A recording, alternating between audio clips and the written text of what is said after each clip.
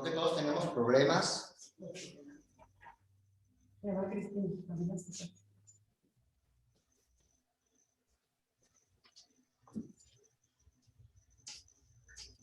Máster en Cine Documental por la Universidad Complutense de Madrid y diplomada en Cultura de Paz por la Universidad de Barcelona. A finales del 2008 abandonó su carrera en los grandes medios de comunicación, CNN, NBC, Telemundo, para crear Corresponsal de Paz y dedicarse exclusivamente a buscar y contar historias esperanzadoras de todo el mundo. Desde 2006 está especializada en el llamado periodismo de paz, una perspectiva informativa centrada en la compasión y las soluciones prácticas. Maestra, de esta manera damos la más cordial bienvenida y si no tiene inconveniente, pues vamos a dar inicio y bienvenida y muchísimas gracias por esta participación, por este taller. Entonces, ¿me escuchan todos?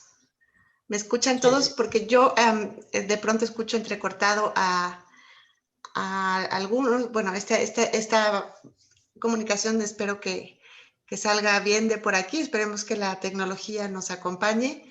En principio, pues agradecer esta oportunidad de acercarme a ustedes, mi admiración a los que están en bibliotecas. Yo soy una lectora muy voraz desde niña y empecé en la biblioteca, que hoy es la Biblioteca Elías Amador, que está cerquita de ahí, de mi casa, y muy amiga también de Don Poncho, que tiene una sala por allí, que era amigo de mi padre. Soy nacida aquí en Zacatecas, me fui 20 años. Les cuento un poco, los pongo un poco en perspectiva. Me fui, en cuanto cumplí 18 años, me fui de Zacatecas y anduve por ahí en varias partes del país. Y después me fui a estudiar a España, me fui a estudiar cine documental. Después aquí a México, no a Zacatecas no había vuelto.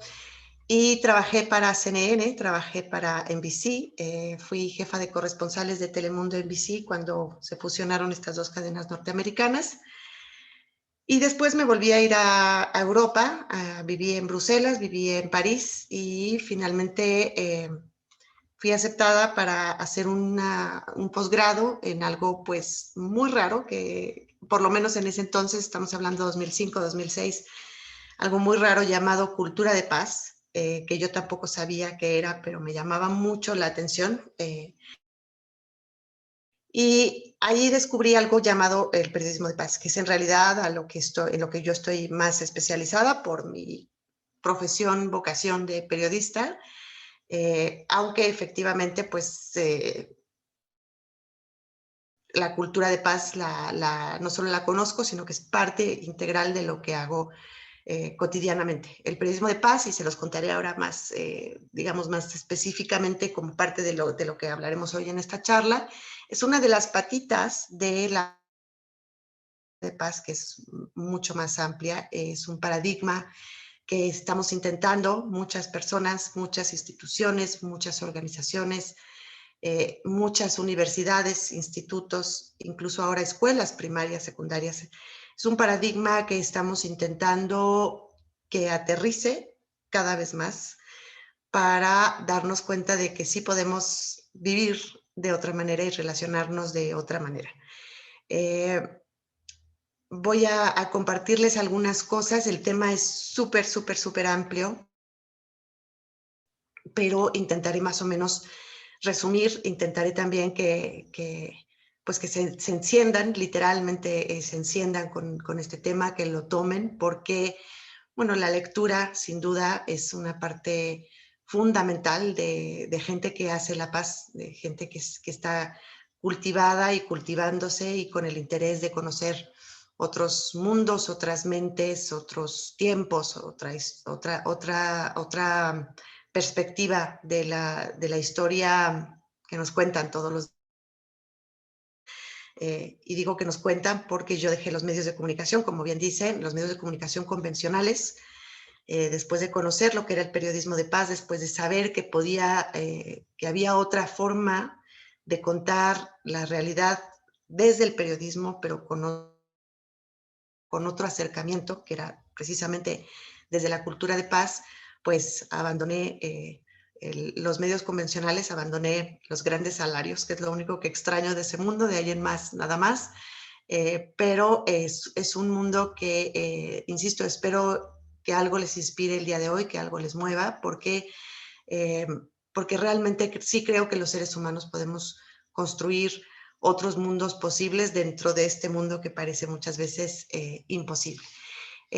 Quisiera empezar a compartirles un video que es muy largo, pero no lo voy a proyectar todo, eh, pero sí para que nos adentremos en algunas cuestiones que vamos a ver a lo largo de estas 2 horas que tengo de charla.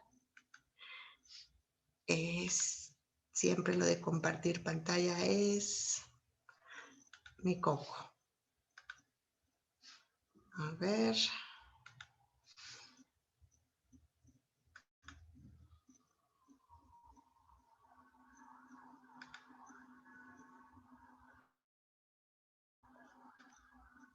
Todavía me ven porque yo los perdí. A ver, ahí estoy.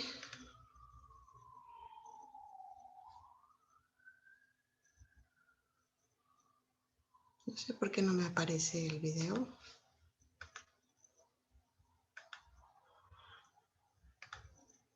Ahí.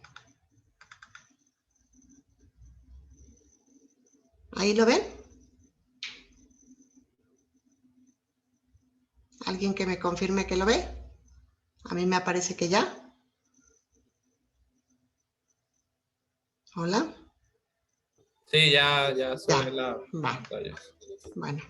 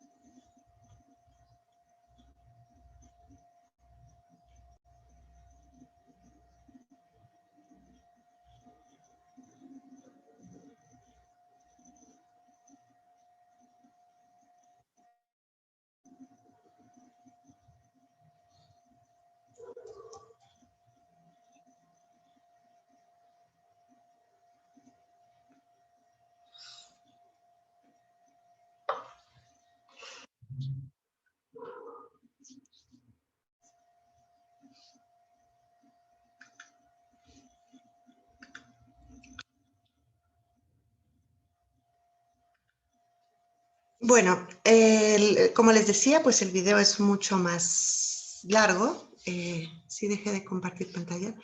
El video es mucho más largo que el video, pues es viejito. O experiencias viejitas. ¿Me están escuchando ahí? Porque mi computadora no me está dando respuesta. ¿Alguien me puede decir Sí. si me veo? Ok, es que no me está a dejar de compartir pantalla. Bueno, el video se llama Donde hay odio y que habla sobre diversos movimientos de no violencia, que tiene que ver, digamos que sería una de las, también de las patitas de lo que es la cultura de paz. Ahora es que no, yo no los veo.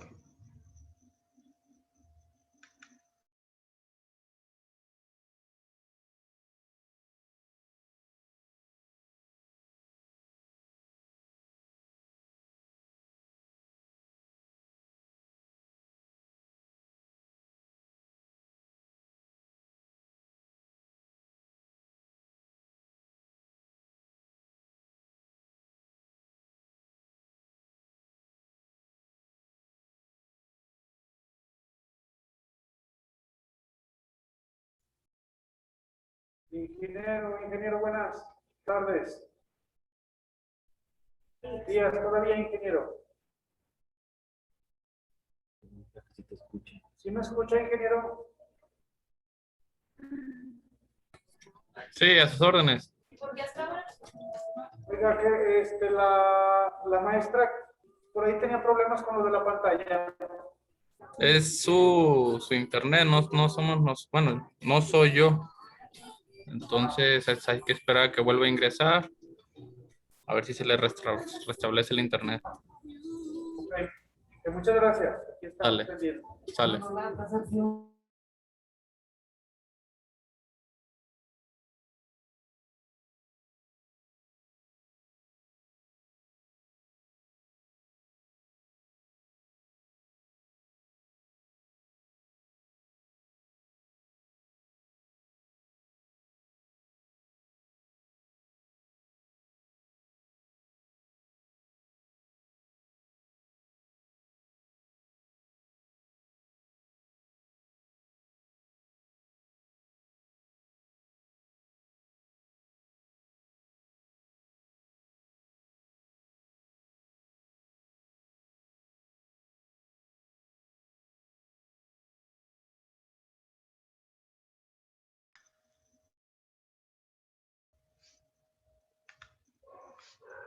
Sabía yo que algo estaba pasando porque yo los dejé completamente de ver. Bueno, antes de continuar, les estoy dando esta clase desde mi casa, que es su casa, a donde les doy, por supuesto, la bienvenida, pero sí necesito explicarles que además de pacifista y de periodista, soy rescatista de animales de la calle, así que tengo toda una tribu, tengo 14 perros y 20 gatos, así que probablemente escucharán o ladridos o maullidos de parte de mi familia animal y no puedo hacer mucho más al respecto, porque o voy a callarlos o sigo dando la clase. Entonces, de antemano, por parte de mis hijos animales, les pido una disculpa. Vuelvo a compartir pantalla para entrar un poco de lleno, porque el tiempo se nos está yendo rapidito. Ahí lo vemos, me parece que sí, me dice que sí. ¿Alguien ha escuchado hablar o alguien sabe algo sobre cultura de paz?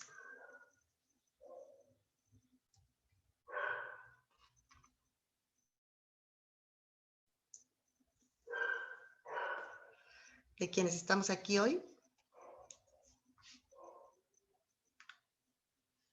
No sé qué está pasando hoy.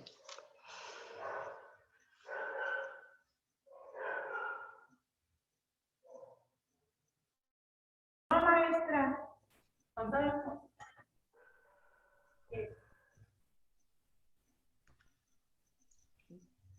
¿Me escuchan ustedes? Porque yo dejé otra vez de verlos. Sí se escucha, Se maestra. escucha.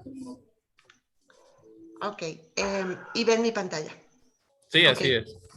Y si la ¿Estaba vemos. si alguien de ustedes ha escuchado algo sobre cultura de paz? No. Nada, nada, nada. Bueno, no pasa nada. Yo hace 15 años estaba exactamente igual, no sabía de qué se trataba esto. Y sí les puedo confesar que fue algo que a mí me cambió completamente la perspectiva, tanto personal como profesional. Cuando yo empecé a estudiar cultura de paz en la Escuela de Cultura de Pau de la Universidad Autónoma de Barcelona,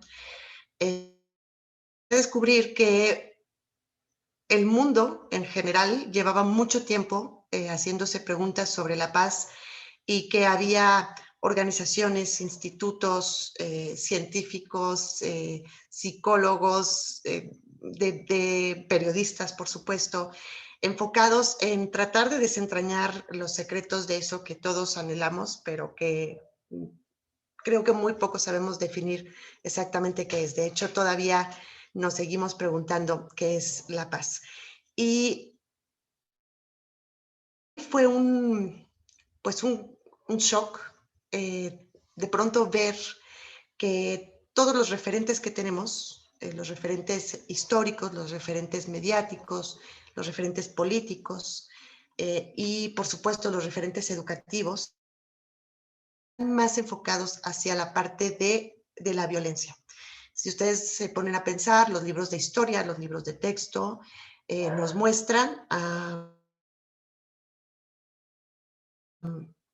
quién ganó cuál guerra, quién ganó cuál batalla, quién aplastó a cuál enemigo, y esto va haciendo una mella en nuestro sistema, digamos, en nuestra mente, en nuestras emociones, en nuestra manera de reaccionar al mundo, en nuestra manera también de pensar el mundo y nuestra manera de estar en el mundo. Y de pronto, cuando yo estaba estudiando por primera vez cultura de paz hace muchos años, para mí fue un shock darme cuenta que había literalmente otro mundo paralelo del cual prácticamente nadie nos estaba contando o nadie nos ha contado o no lo suficiente. Así que quiero decirles otro, si no me falla la tecnología o si no nos falla, quiero compartirles el video anterior. Lo terminé con las protestas por el plebiscito en Chile, que ocurrió en 1986, con la que quiero que nos quedemos. Y este otro ocurre en 1973.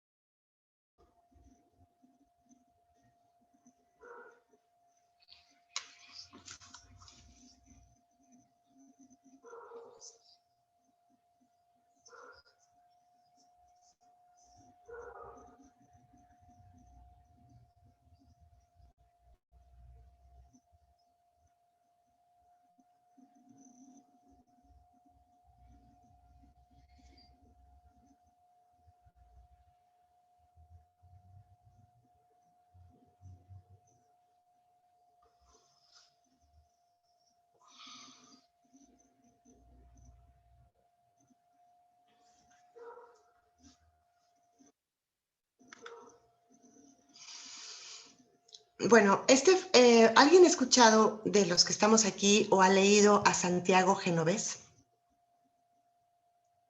¿Le suena el nombre de Santiago Genovés?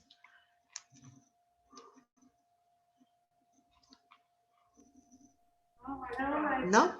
Bueno, Santiago Genovés es un mexicano, o era un mexicano, fallecido en 2013, que como él contaba en este pedacito de documental, él siempre estuvo interesado en por qué ocurría la violencia, qué ocurría con la violencia, por qué la gente peleaba, como decía él en este pequeño corto. Este corto recupera la experiencia, una experiencia en la que Santiago Genovés él era antropólogo, de origen español, pero después, o sea, se vino a México muy, muy jovencito, en su adolescencia, por la guerra civil, y se nacionalizó mexicano, así que tenía las dos nacionalidades, pero él se identificaba más como mexicano. Y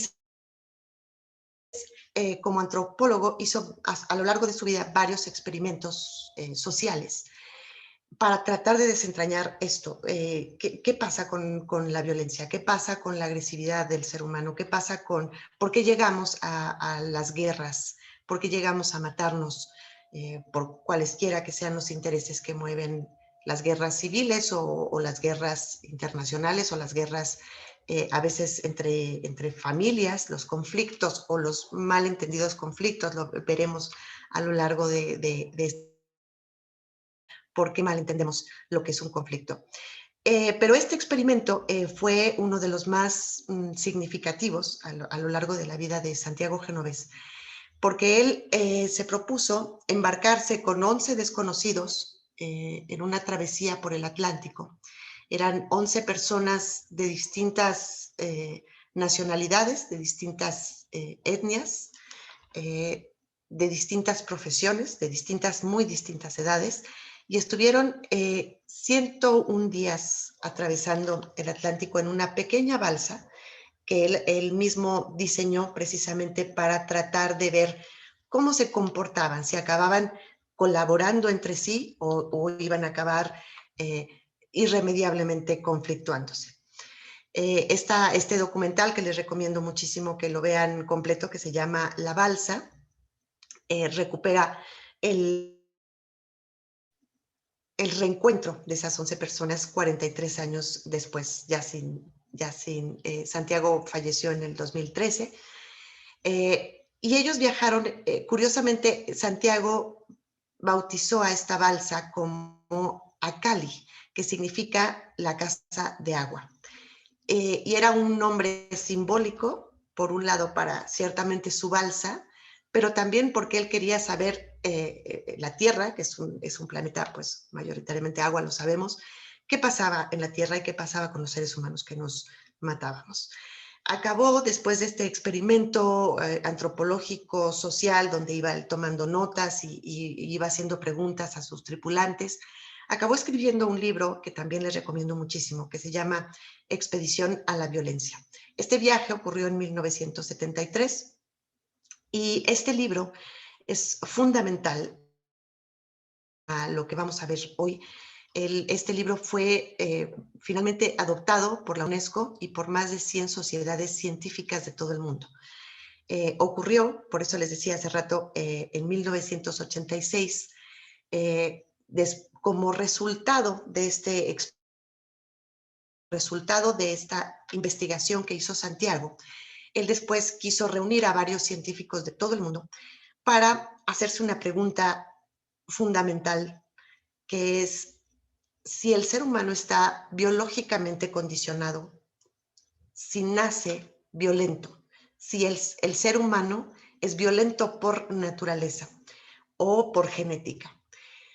Y duraron este grupo de científicos haciendo otra serie de investigaciones, cada uno desde su rama, y llegaron a la conclusión de que realmente, entre todos, de que el ser humano no nace violento, pero se hace violento. El ser humano está condicionado no por su biología, pero sí por su entorno, sí por la cultura que lo rodea y por una cultura milenaria que llevamos arrastrando como especie, en donde, como decía el documental primero que les mostré, creemos que la violencia es el fin que justifica los medios, o es el medio que justifica los fines, como lo quieran ver. Pero es como que siempre hemos pensado que con la violencia es que vamos a poder resolver los problemas. Por eso me interesaba que viéramos este primer fragmento donde este periodista decía justamente, yo estuve muy marcado por personajes que, como el Che Guevara o como Fidel Castro, que pues nos enseñaban que la violencia era lo único que quedaba para hacer una transformación social necesaria.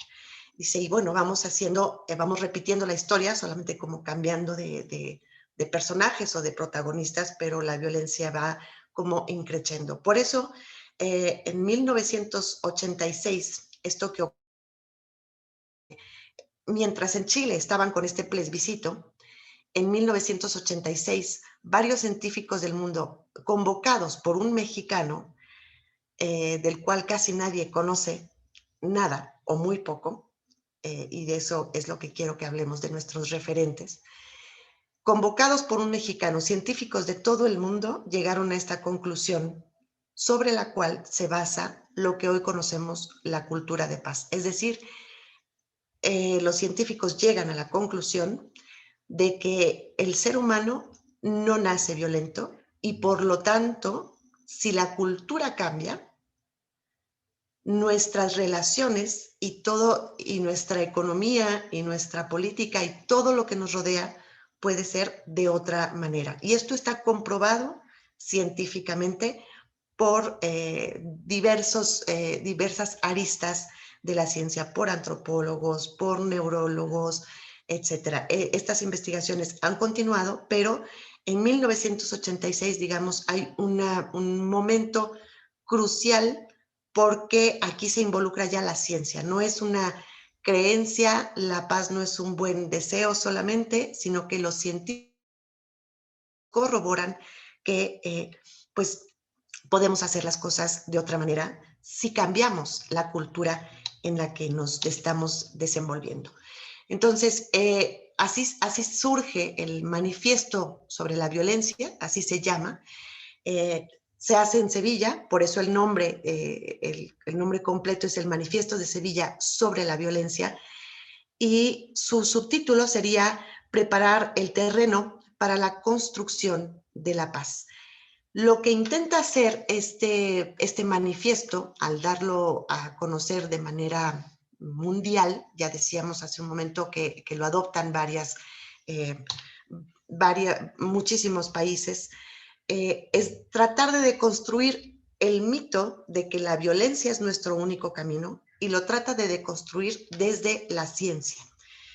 Se hace este manifiesto y aquí les quiero contar un poco lo que ha sido esto que yo descubrí apenas en 2005, estudiando cultura de paz. Descubrí que el mundo lleva mucho tiempo interesándose en la paz, en los fenómenos que nos acercan o nos alejan de la paz. Y esto que les voy a contar ahora es una muy breve descripción una línea del tiempo brevísima, muy recortada, porque no tenemos mucho tiempo, de cómo ha sido, digamos, el desarrollo o el proceso de cuando ya el ser humano se puso de manera seria a tratar de desentrañar qué era la guerra, qué era la paz.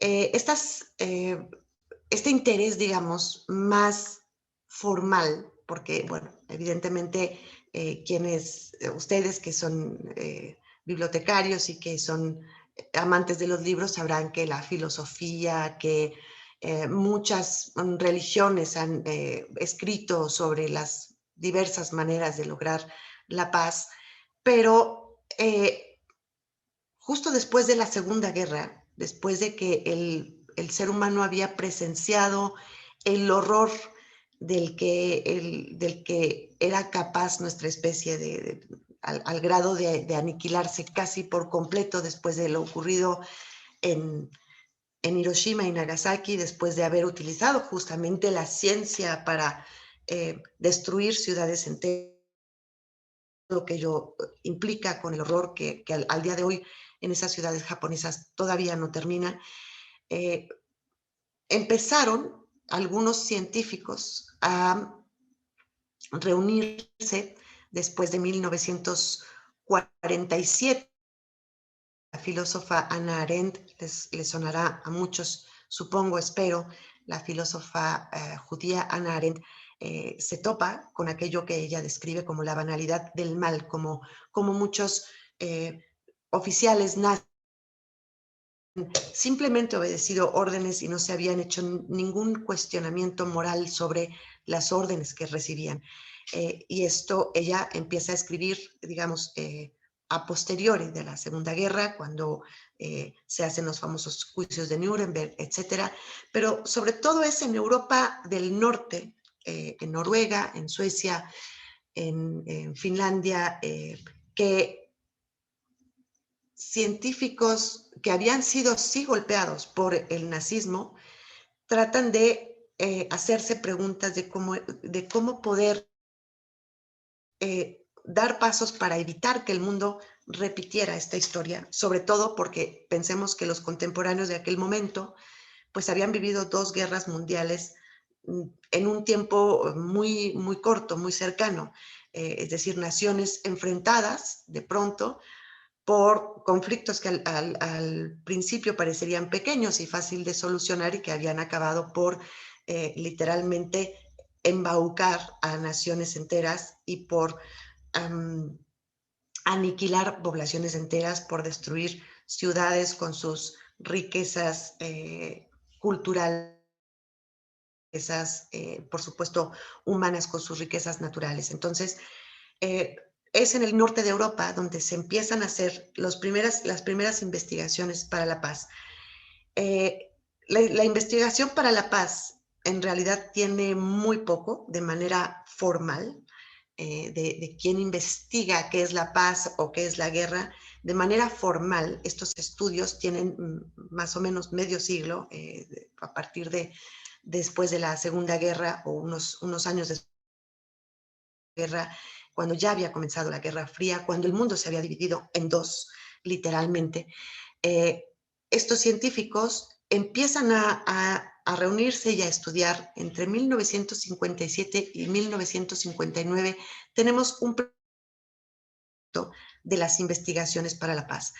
Aquí la pregunta, digamos, epistemológica o la pregunta filosófica que todavía está muy entrañada en esos seres humanos de ese entonces, en esos científicos, es todavía está muy enfocada negativa, o lo que hoy conocemos ya como la paz negativa, es decir, cómo evitamos la guerra.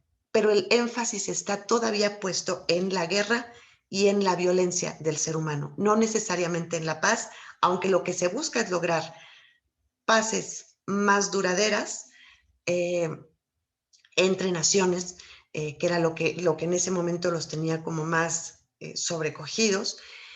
Pero las preguntas todavía están enfocadas o la atención está enfocada todavía en la guerra y en la violencia.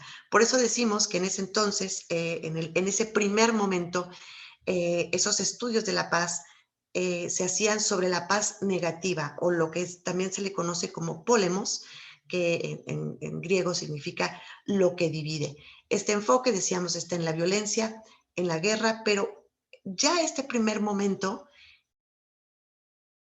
fundamental, sobre todo yo que soy periodista, que me interesa tanto esta parte, en ese momento, entre 1957 y 1959, nace lo que sería el primer Journal of Conflict Resolution, el primer diario, aunque es un diario científico, que solamente corre, digamos, entre la academia, entre esa pequeña porción de la academia interesada en los estudios para la paz o la investigación para la paz, pero ya hay una publicación que trata de sacar afuera de la academia. No lo logra, es un periódico, digamos, muy pues muy científico, muy académico, muy para lectura solamente de ese pequeño círculo, pero ya es un avance.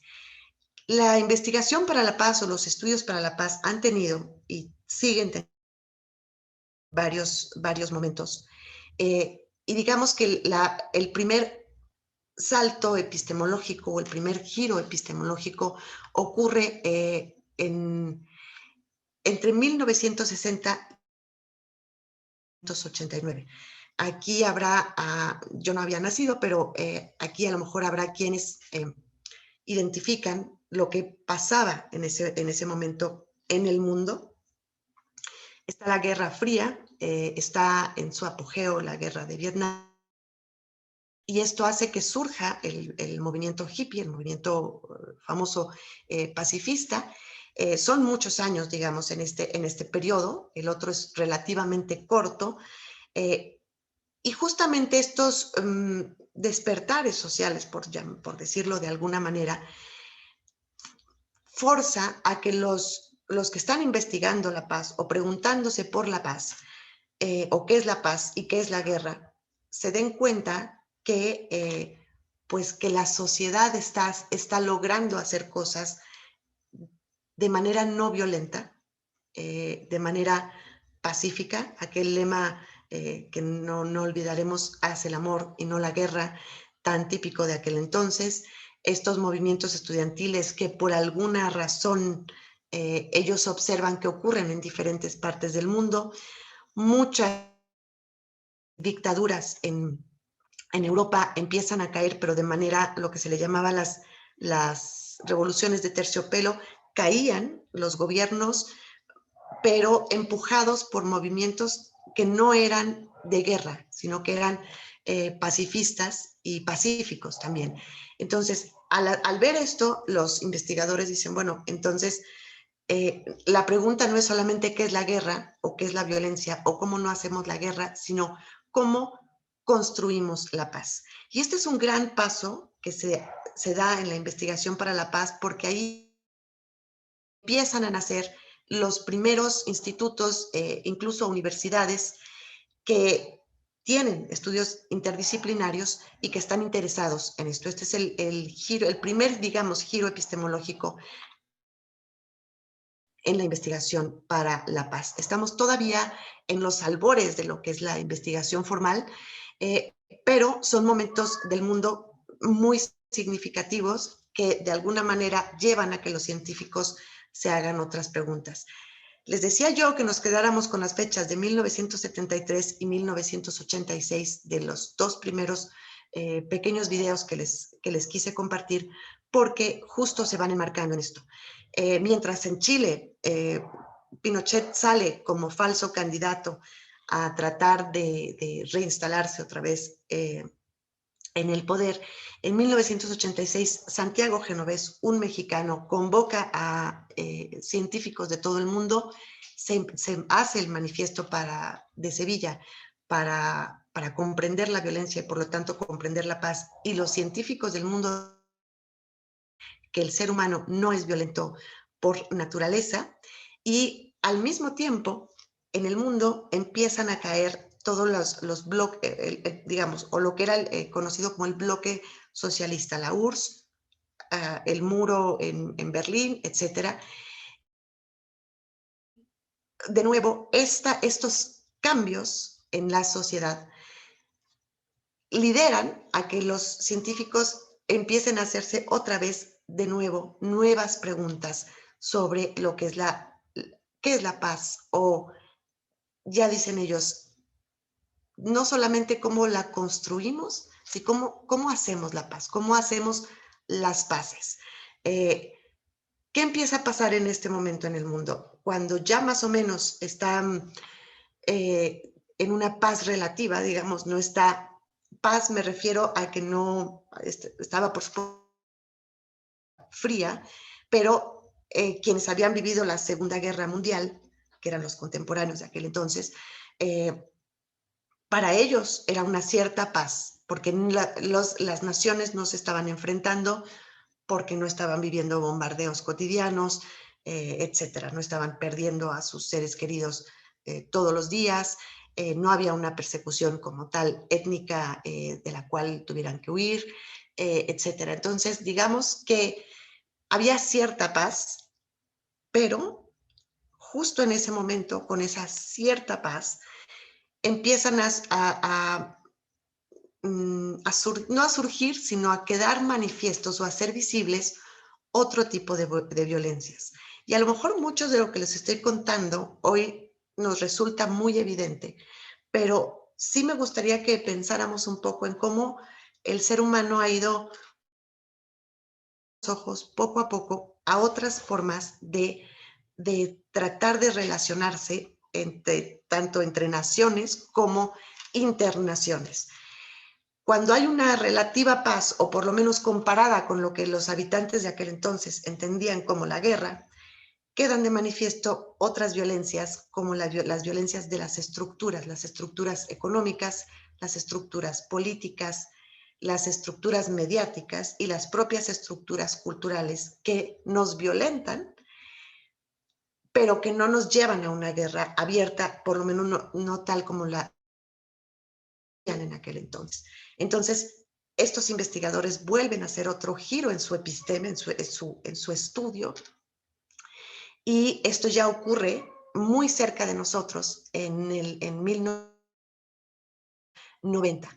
En 1990 es cuando finalmente el manifiesto de Sevilla del que les hablaba se hace todavía más público, empieza a circular y todavía pasan 10 años en los que las naciones, los científicos, se preguntan cómo hacer llegar esto a grandes multitudes, con estos descubrimientos, con esta experiencia que ha ido acumulando la investigación y los estudios para la paz, y con este descubrimiento hecho no por un mexicano, pero sí gracias a la convocatoria de un mexicano o hispano-mexicano, digamos, Santiago Genovés. Ese descubrimiento dio realmente un giro tan grande en la manera de concebir las cosas hasta ese momento, después de haber visto ciudades, insisto, completamente aniquiladas en su naturaleza, en sus humanos, sus animales, su ánimo, su autoestima, es decir, la rendición forzada que se logró con el final de la Segunda Guerra, que se ubica con la destrucción de Hiroshima y Nagasaki, había sido un golpe tremendo para prácticamente la mayoría. Y además, lo que más dolía era que había sido gracias entre comillas, a la ciencia, a que la ciencia había hecho investigaciones de cómo aniquilar a su propia raza.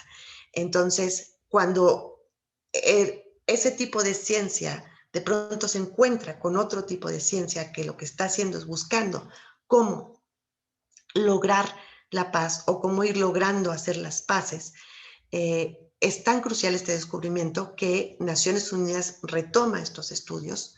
Naciones Unidas, acordémonos que nace también, es la continuidad de lo que era la Sociedad de Naciones, un primer ensayo de no llegar a la guerra entre naciones que se hizo con la Primera Guerra y que no funcionó, y después de la Segunda Guerra se fundan las Naciones Unidas. Cuando las Naciones Unidas se dan cuenta de esto, retoma y bajo el mandato en la UNESCO de Federico Mayor Zaragoza, que estaba en ese momento liderando la UNESCO, se decide publicar, declarar el año 2000, que ese ya me tocó a mí. Yo soy nacida en 1972 y pues quienes están aquí no me dejarán mentir que pues el 2000 era cantado realmente como el año en que todo iba a cambiar, en que a lo mejor las computadoras reventaban, en que la tecnología a lo mejor no soportaba todo lo que éramos. El año 2000 era realmente un parteaguas de no sabíamos muy bien qué, y justamente Naciones Unidas lo declara como el Año Internacional para la Paz, y además declara que van a tomar un decenio, van a tomar 10 años para todo este bagaje de conocimiento acumulado de la paz de 50 años, hacerlo llegar más allá de la academia, más allá de esos institutos o esas universidades, sino llevarlo a la población con la esperanza de que la cultura, al tener acceso a estos conocimientos, en general, la sociedad en general, y no ese pequeño reducido grupo de investigadores, al tener la sociedad este conocimiento, pudiéramos tener la posibilidad de hacernos otras preguntas y de tratar de construir y de hacer una sociedad más pacífica. Entonces, justo en este decenio que es un momento, digamos, culminante de la investigación para la paz, es cuando se declara el anhelo o la aspiración a tener una cultura más pacífica, no una cultura que se decante siempre por movimientos violentos o que nos enfrenten y que incluso a veces nos aniquilen como especie. Y esto, pues evidentemente, toma tiempo. Era del 2000 al 2010, se dio a conocer digamos, no solamente el manifiesto de Sevilla, sino que después se renovó con un manifiesto del año 2000 y ha ido poco a poco permeando este conocimiento, digamos. A México nos ha llegado un poco tardío, pero yo les aseguro que cuando yo regresé a México en el 2006 y hablaba de cultura de paz, pues era como si yo hablara literalmente en chino. Hoy creo que es un concepto que, aunque no acabamos todavía de comprender ni de dibujar, es un concepto por lo menos más escuchado. Todos estos conceptos de la paz negativa, de la paz positiva, etc. Nos falta mucho, ciertamente, pero todo comienza con el conocimiento. Y cuando justamente se lanza esta cultura o este anhelo o esta aspiración a crear la cultura de paz, nacen varias patitas, entre ellas, que fue a lo que yo me dedico, que es el periodismo para la paz, pero nace también la educación para la paz, que es también una pedagogía desde la infancia que intenta educar desde otro lugar y de otra manera a nuestros infantes. No desde la violencia, no desde los referentes violentos, que ya lo decíamos hace un momento, de nuestros héroes, que es nuestro héroe, pero es nuestro héroe porque mató a no sé cuántas poblaciones y nos dio la patria, por ejemplo, ¿no? O, esto es lo que aprendemos y al final eso tiene un costo, un peso en nuestra psique individual y en nuestra psique social. Entonces, la educación para la paz también está haciendo sus esfuerzos a partir de ese momento crucial del año 2000. Ha ido lento, pero va caminando y en muchos lugares se intenta ya enseñar este tipo de pedagogía o este tipo de acercamiento desde la búsqueda de la paz y no desde la justificación de la violencia. Y bueno, quienes estamos aquí no podremos negar que el año pasado fue también otro parteaguas del cual no nos hablaron los mayas ni nadie, y pues ahora sí que nos agarró en curva, como diríamos en coloquial, pero muchos lo están reconociendo ya como un reset social. La prueba de ello es que hoy clase así, en que yo les estoy viendo a la mayoría de ustedes solamente la mitad de la cara, en que seguramente si fuera de manera presencial no podríamos tocarnos. Entonces, muchos están coincidiendo en que esto de alguna manera va a significar un reinicio de muchas cosas a muchos niveles. En términos de investigación y de cultura para la paz, pues hoy estamos hablando más de un pacifismo humanitario o lo que se le empieza a conocer como la diplomacia popular, es decir, la propia gente. Estamos también notando, yo creo que todos, y ustedes también estarán de acuerdo, porque probablemente también lo están viviendo, un creciente interés por encontrar la paz individual primero, tratar de encontrar el equilibrio individual, algo que probablemente hace 2 años, pues no lo relacionábamos con la paz mundial, el estar bien con nosotros mismos.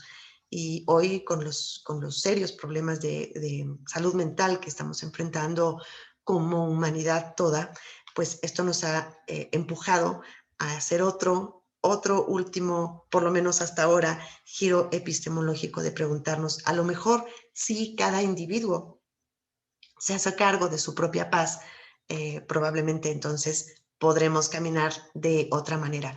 Hay también hoy se habla mucho de la paz con perspectiva de género, gracias también a todos los movimientos feministas que han estado, digamos, empujando de hace 5 años para acá cambios sustanciales en un sistema violento y patriarcal por antonomasia, y violento no solamente contra las mujeres, sino también contra también los propios hombres. Y también hay un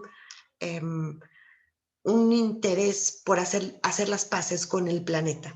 Esto no se lo preguntaban, digamos, quienes empezaron a estudiar en 1957 los primeros estudios, y prueba de ello es que, digamos, lo que durante mucho tiempo se llamó progreso de la industria, progreso de la ciencia, pues eran industrias y eran ciencias y eran economías enteras que en realidad estaban yendo contra el planeta. Entonces, hoy estamos oyendo también hablar de cómo de esa búsqueda por hacer las paces con el planeta.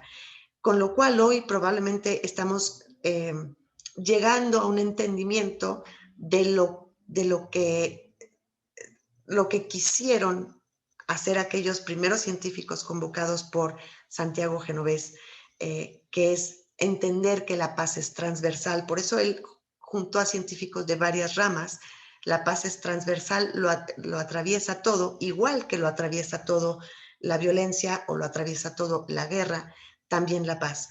Y lo que es importante es empezar a entender que la paz no es un anhelo, que la paz no es vestirnos de blanco, irnos a abrazar o a lanzar palomas.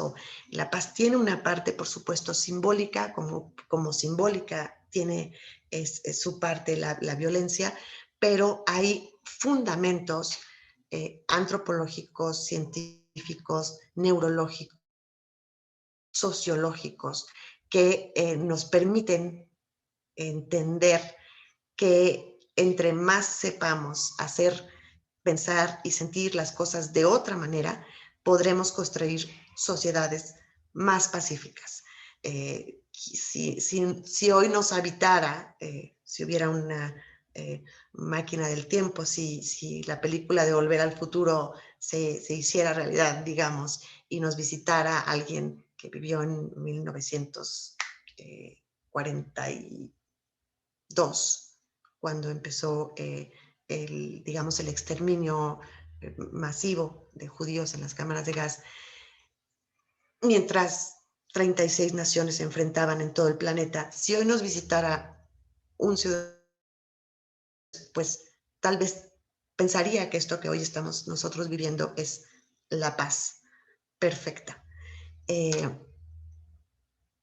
Nosotros no podemos ni siquiera imaginar cómo es una vida con un bombardeo todos los días, con que al día siguiente te vengan a buscar y te lleven a un campo de concentración y